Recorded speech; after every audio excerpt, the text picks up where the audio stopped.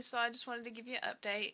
I don't think there's a lot of stuff to update you on, but I did want to tell you what I can.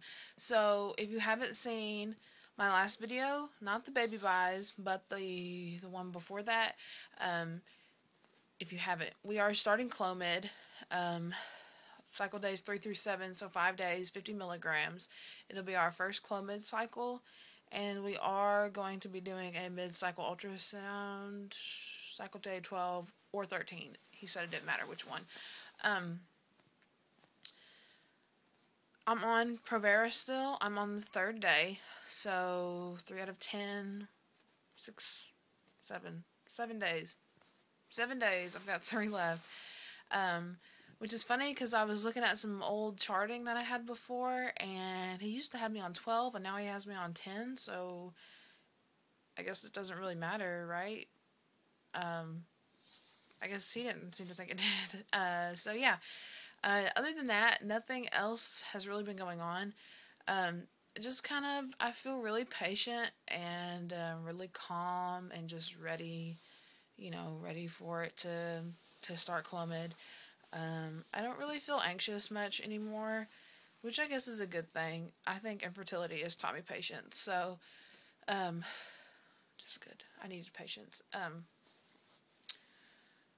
What was I saying? The provera has really done me in. It's taken a toll on me this time, and I've taken provera for lots of cycles for the past 3 years, and I don't remember it ever doing this before.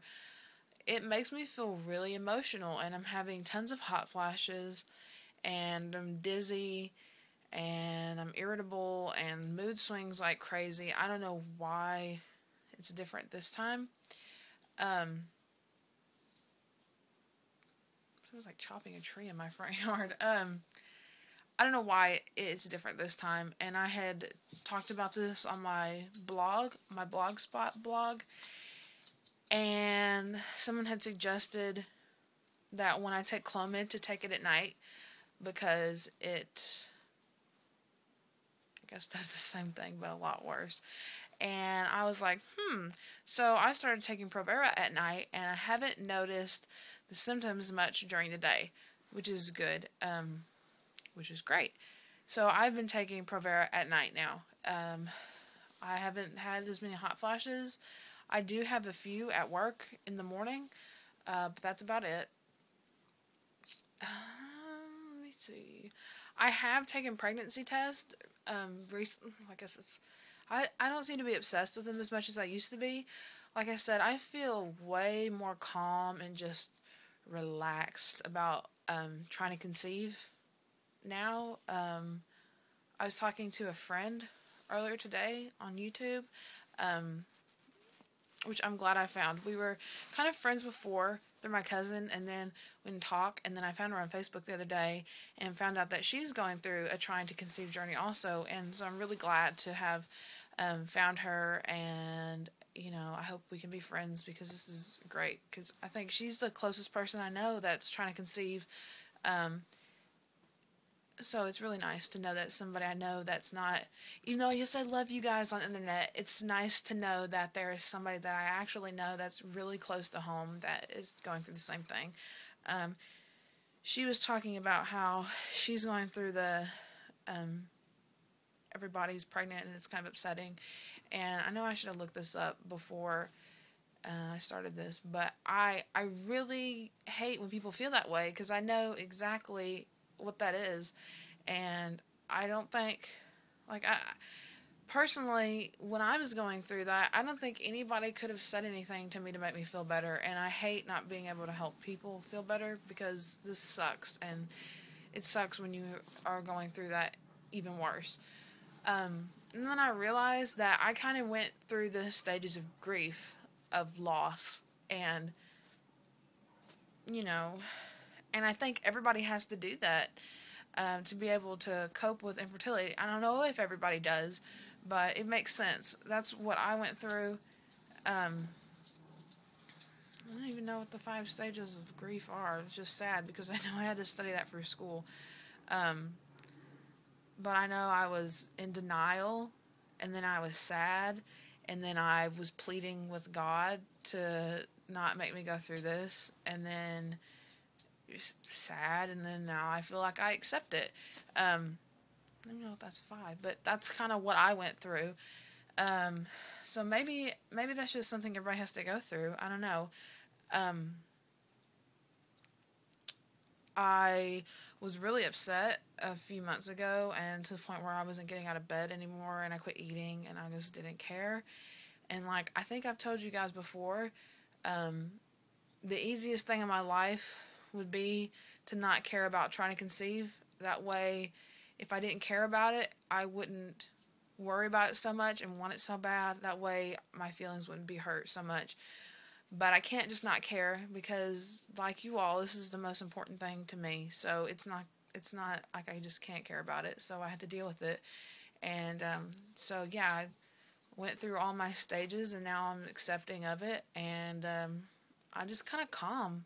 I wasn't like this when I first was going through infertility. I'm really calm now. I'm just kind of taking things as they come to me, and just going day by day. And before, to wait so long to take Clomid, I would have gone out of my mind waiting. But now I'm like, we're just gonna do this and take the Clomid, and everything will be okay, and it'll happen. I'm just gonna be patient and just see where it goes. So, yeah, so that's where I am right now. Just being real patient, waiting for Clomid to happen. So I realized something today, that I probably won't get pregnant in March, because I'm thinking when I am finished provera, it will be 3 days from now. So mid-March, and then what is it like?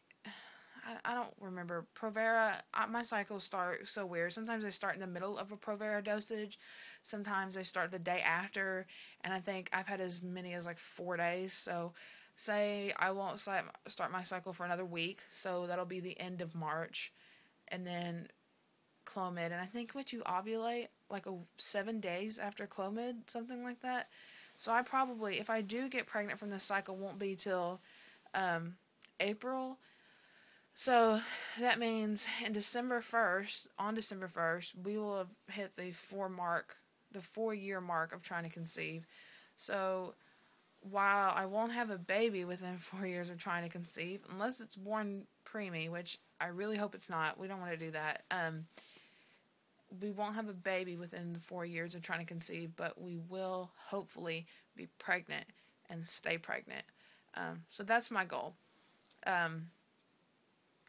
And a really good pointer that I saw in somebody else's vlog, they said pregnancy is like step 40. And right now, I just want to get to step 1, which is growing a follicle. And that's right. Pregnancy, while I look at it as up here, like step 40, I'm right here, and I just need to ovulate. So ovulating will be like getting my big fat positive pregnancy test. If I can ovulate, then I can just go step up, and that's how I need to look at it. Because if I'm just looking at it from I want to get to this point to pregnancy, I'm not thinking about everything I need to do in between, and it feels like I'm giving myself unreal expectations and setting goals that are higher, when that's true. I do need to set smaller goals and just be excited about ovulating, and then be excited about, if I don't get pregnant the first cycle, which I will be okay. I can't say that now. I can't tell you how I will feel then, but the way I want to feel is, even though I don't get pregnant the first cycle, we're on the right track, and it's okay, and it will happen eventually, soon-ish, I hope. So yeah, ovulation, then tracking ovulation and being able to know when it's going to happen, to be able to time intercourse, and just being healthy as it can be, and keeping up with ovulation, and then pregnancy, getting my meds corrected, and hopefully getting on the right dose of Clomid that's going to work for me. So I'm going to look at pregnancy as, step 40 and just set myself with smaller goals to getting to pregnancy. That way, when I'm not pregnant, it's not like I've been defeated, but it's just I'm not skipping a ton of steps. Is that making any sense? Hopefully that will mentally help me not be upset when I'm not pregnant on the next cycle or the cycle after that or so on. If I can just meet my smaller goals, I will be happy with smaller goals, and then I'll be ecstatic when I am pregnant. So if that makes sense to any of you, maybe that will help somebody else do that for themselves. So that is my goal. First, I'm going to ovulate. And when I do, I'm going to celebrate like nobody's business. And then we'll go from there. And that's the only goal I'm going to set for myself right now. I'm young. I'm 22 years old. However, my ovaries don't seem to be acting their age. I just know it's going to happen. And I didn't feel this way before. And I think God has just really instilled a lot of patience and acceptance in me. And I know it's going to happen. I just have a feeling that it will happen. And I'm not going to try to get myself stressed out about it. I'm just going to be calm, and I'm going to remember the steps that I'm taking now. That way, when I do get pregnant and I do have a baby, those nights or those times that are frustrating and trying, I will be appreciative of what I have and everything I went through to get here. So right now, I'm just kind of taking everything in and just going day by day. And that's the best that I can do. That's what I have. Now, hopefully I'll feel the same way next week and not be completely pissed at the world. But who knows? I think my patience is being tried, though. I think I'm being put through a test because a lot of my friends are getting pregnant right now. And some of them aren't having so many nice comments about it. Like one of them was frustrated that she was pregnant and she's angry. And she's very upset at the fact that she's going to have morning sickness and that it's ruining her life. And I'm not going to say anything about it because it's not my position. But it does make me angry. I'm a big believer of if you don't want to get pregnant, then don't have sex. People say use birth control, but then people get angry when they get pregnant off birth control. My thing is, if you don't want a baby, just don't have sex. Because if you're going to complain about it that much when you get pregnant, then then just don't put yourself in the position to get there. So yeah, I'm not saying anything, and I'm trying to be okay with it because people are allowed to have their opinions, and it's not up to me to be mean and judge people. So, but it is trying. It is difficult. I'm being happy for my friends that are pregnant. It seems like everybody that I know got pregnant within like 4 or 5 months of being married, and I thought that, sorry, I gotta adjust my camera there. I thought that I was gonna get pregnant that quick after I got married, and that obviously didn't happen. So,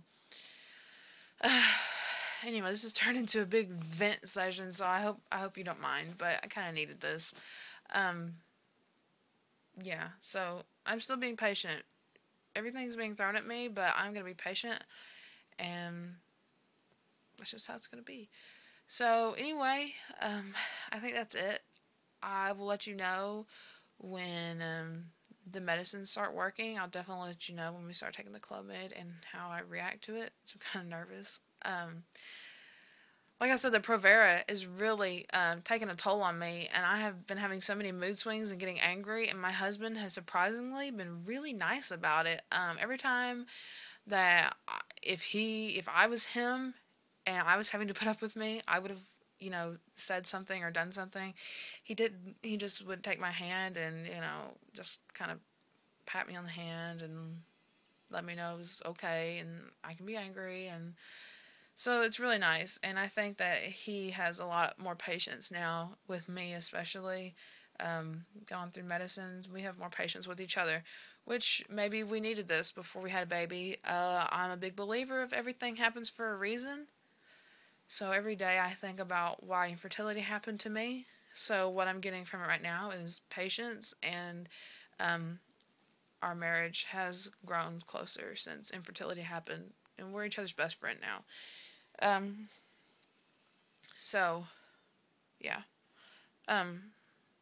Anyway, I just want to share that with you, and I hope everybody's doing okay, and I hope to hear your updates soon, and I think that's about it. And like I said, I'll update you if anything happens or when anything happens. So, yeah, I will talk to y'all later. Have a good day. Bye.